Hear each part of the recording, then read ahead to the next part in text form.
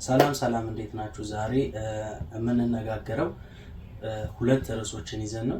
አንደኛው ክራርን በቤት ውስጥ ሆነን ኦንላይን ላይ ብንማር ይሻላል ወይስ ደግሞ ክራርን በትምህርት ቤት ደረጃ ሄደን ወይም በግል በሚያስተምሩ ተምረን ብንማር ይሻላል የሚለውን ሁለቱን ርዕስ ይዤ መጥቻለሁ ማለት ነው። ስለዚህ ከመጀመሪያ የምንጀምረው በኦንላይን የምንማረው ትምህርት ወይስ በትምህርት ቤት ደረጃ የምንማረው ትምህርት አመርቂ ውጤት ያሳያል የሚለውን አንደኛ ርዕስ እንይዛለን። ሌላው ደግሞ በፍጥነት እንድንለምድ የሚያደርገን የትኛው ነው የሚለውንም ደግሞ በሁለተኛ ደረጃነት እንይዛለን።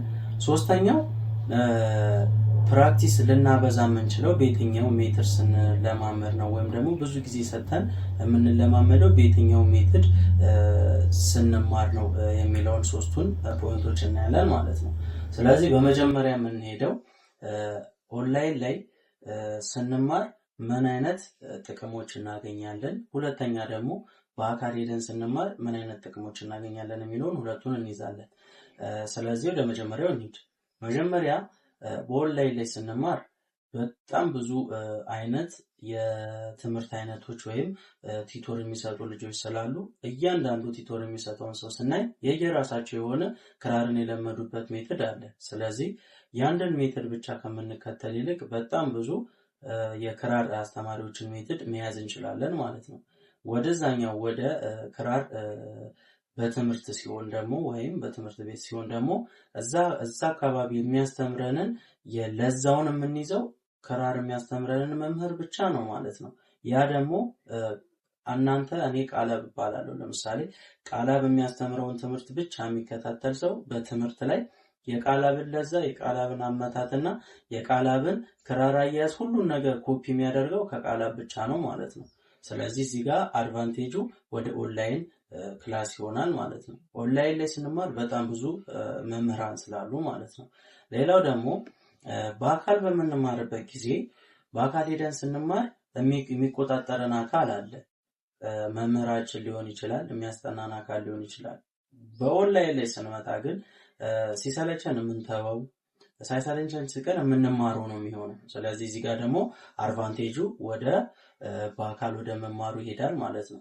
ከዚህ ሁላ ግን ስናጠናው ክራርን ኦንላይን ላይ የምንለማመድ ከሆነ የሚሰጠንን ቲቶር በትክክል መማር አለብን ማለት ነው። ለምን ከስራችን ሆኖ በግዴታ የሚያስተምረን ወይም ይህንን አሳይመንት ስሩ እያለ የሚከታተልን ሰው ስለሌለ ማለት ነው።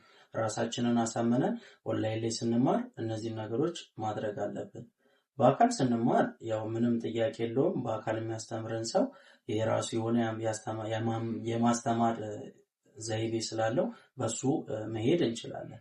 ነገር ግን ኦንላይን ላይ ስንማር ራሳችንን በነፃነት ብቻ ሳይሆን ራሳችንን እያስገደድን በቀን ሚኒመም 30 ደቂቃ ብንማር ጥሩ ነው ብዬ እላለሁ። ስለዚህ አሁን እዚህ ጋር እናንተ ኦንላይን ይሻላል ወይስ ደግሞ በትምህርት ቤት ሄደን ብንማር ይሻላል የሚለውን እናንተ መምረጥ ትችላላችሁ። እኔ ግን የሚሻለውን እናንተ እንድትመርጡ እድል ሰጥቻችኋለሁ። ከዛ ባለፈ የትኛው ይሻላል ካላችሁ ኦንላይን ይሻላል ብዬ እላችኋለሁ።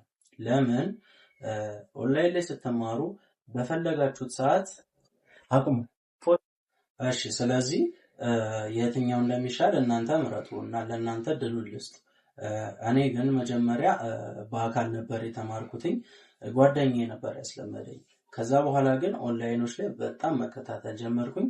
ራሴንም ፐርፌክት ማድረግ ችያለሁ ማለት ነው። እናንተም ብትችሉ መጀመሪያ ላይ ሰው ካላችሁ የሚያሳያችሁ በፕራክቲስ የሚያስደርጋችሁ ሰው ቢገኝ ጥሩ። ካልተገኘ ግን ኦንላይን ላይ ሁሉ ነገር መጨረስ ትችላላችሁ።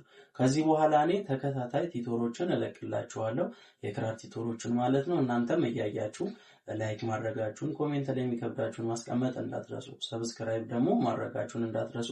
ስለዚህ እናንተ ከሁለት አንዱ መርጣችሁ መማር ትችላላችሁ ማለት ነው። ሌላው ደግሞ ኦንላይን ላይ ስንማር ኦንላይን ላይ ያሉት በጣም ብዙ ቪዲዮዎች ስለሆኑ እናንተ መርጣችሁ የትኛው ይበጀኛል የትኛው ይሆነኛል ብላችሁ መማር ትችላላችሁ። በትምህርት ቤት ደረጃ የምትማሩ ከሆነ ግን እዛ ትምህርት ቤት የሚያስተምራችሁ ሰውዬ አዋቀረው ካሪኩለም ስለምትማሩ በእናንተ በነፃነት አትማሩም ማለት ነው። ስለዚህ ይሄ ነገሩ አድቫንቴጁ ወደ ኦንላይን ትምህርት ይሄዳል ማለት ነው። እናንተ አብዛኛው ተማሪ በዚህ ሰዓት ክራርን በኦንላይን ላይ እየለመደ ያለው እናንተም ደግሞ ይሄንን በማየት ኦንላይን ላይ ብዙ ጊዜያችሁን እያሳለፋችሁ የክራር ትምህርቶችን ማየት ትችላላችሁ ማለት ነው። እኔም የለቀኳቸው አንዳንድ የክራር ቲቶሮች አሉ። እነሱን ገብታችሁ ማየት ትችላላችሁ። ከዚህ በኋላ መለቀላችኋለሁ። ስለዚህ እንደኔ ሰው ቢገኝ መጀመሪያ በአካል ካልሆነ ግን ኦንላይን ላይ ጊዜያችሁን በደንብ ኢንቨስት አድርጋችሁ ብትማሩ በጣም ጥሩ ነው እላለሁ። ሌላው ደግሞ ኦንላይን ላይ ስንማር ቀደም እንደነገርኳችሁ የተለያዩ ቲቶር የሚሰጡ ስላሉ ሁሉንም መልቀም የለባችሁ። ለእናንተ ይጠቅመኛል የምትሉትን ብቻ ነው መልቀም ያለባችሁ። ለምሳሌ እጃችሁ መፍታት ላይ ከሆነ ስለ እጅ መፍታት የሚሰጥ ቲቶርን ብትሰሙ ጥሩ ነው። መጀመሪያ እሱ ነው የሚበጀው። አለበለዚያ ግን እጃችሁ ሳይፈታ መዝሙር ለመምታት በምትንቀሳቀሱበት ጊዜ በጣም ይሰለቻችኋል፣ መዝሙር መምታት ሲያቀታችሁ ማለት ነው።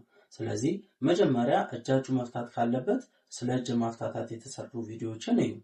ከዛ በኋላ ደግሞ ወደ ዝማሬ ትሄዳላችሁ ማለት ነው። እንዲህ ያላችሁ ስቴፕ ባይ ስቴፕ ራሳችሁን ማሳደግ ትችላላችሁ።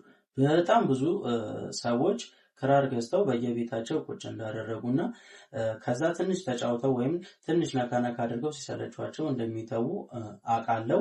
ብዙ ልጆችም ኮሜንት ላይ ጽፈውልኛል። ስለዚህ መጀመሪያ ማድረግ ያለባችሁ ነገር ጣት እንዴት ማፍታታት እችላለሁ የሚለውን ነገር ሰርች አድርጋችሁ እዩ። ከዛ በኋላ በማንኛውም አይነት ድምፅ ጣታችሁን ብታፍታቱ ችግር የለውም። ማለትም ትዝታም፣ ባቲም፣ አንባሰልም፣ አንቺ ሆዬም ቅኝት ባይሆን ክራሩ የተቃኘው ጣታችሁን ለመፍታት ግን ከበቂ በላይ ነው። መጀመሪያ የግድ መቃኘት አይጠበቅበትም ማለት ነው። ካልሆነ ግን በቃኝቼ ድምፁንም በአይምሮ እንዲሰርጽ ፈልጋለሁ ካላችሁ እያንዳንዱ ቅኝት ድምፃቸውን ወይም በሜጀር ደረጃ ጽፌ አንድ ቪዲዮ ሰራላችኋለሁ ማለት ነው። ስለዚህ መጀመሪያ ለእናንተ ቅኝትም ምንም ነገር ያስፈልጋችሁም ጣት የምታፍታቱ ከሆነ ማለት ነው። ስለዚህ ኦንላይን ላይ ሰርች የምታደርጉትንም መጀመሪያ ማወቅ አለባችሁ ማለት ነው። በትምህርት ደረጃ ግን በትምህርት ቤት ደረጃ የሚሰጠው ስቴፕ ባይ ስቴፕ ስለሆነ እዚህ ጋር አድቫንቴጁ ወደ ትምህርት ቤት ወይም በትምህርት ቤት ደረጃ ወደሚሰጠው ይሄዳል ማለት ነው። ስለዚህ እናንተ መርጣችሁ የሚሻላችሁን ማድረግ። አብዛኞቻችሁ ግን የመማሪያ ጊዜ ስለሌላችሁ ኦንላይን ላይ እንደምትከታተሉ ነግራችሁኛል። ስለዚህ ማድረግ ያለባችሁ ነገር ምንድነው? ኦንላይን ላይ እንደነገርኳችሁ ስቴፕ ባይ ስቴፕ ጣታችሁ ሳይለምድ ወደ ዝማሬ እንዳትሄዱ፣ ጣታችሁ ሳይለምድ ወደ ቅኝት እንዳትሄዱ። ጣታችሁ እስኪለምድ ከጠበቃችሁ በኋላ ወደ ቅኝት፣ ወደ ስቴፕ፣ ወደ ዝማሬዎችን ከዘማሪያን ጋር እየተከተላችሁ መምታት፣ ለራሳችሁ ሜጀር እያወጣችሁ መምታትን ትለምዳላችሁ ማለት ነው። ስለዚህ በዛሬው ቪዲዮአችን የነበረው አጠቃላይ ቆይታ ይሄን ይመስላል። አጠር አድርጌ ለመስራት ነው የሞከርኩትኝ። ኦንላይን ወይስ ደግሞ በትምህርት የሚሰጠው ይሻላል የሚለውን ይሄንን ለእናንተ አሳይቻችኋለሁ ማለት ነው። ከዛ ባለፈ ጥያቄ ካላችሁ ኮሜንት ላይ አስቀምጡልኝ። በሌላ ቪዲዮ እስከምንገናኝ ሰላም ቆዩ።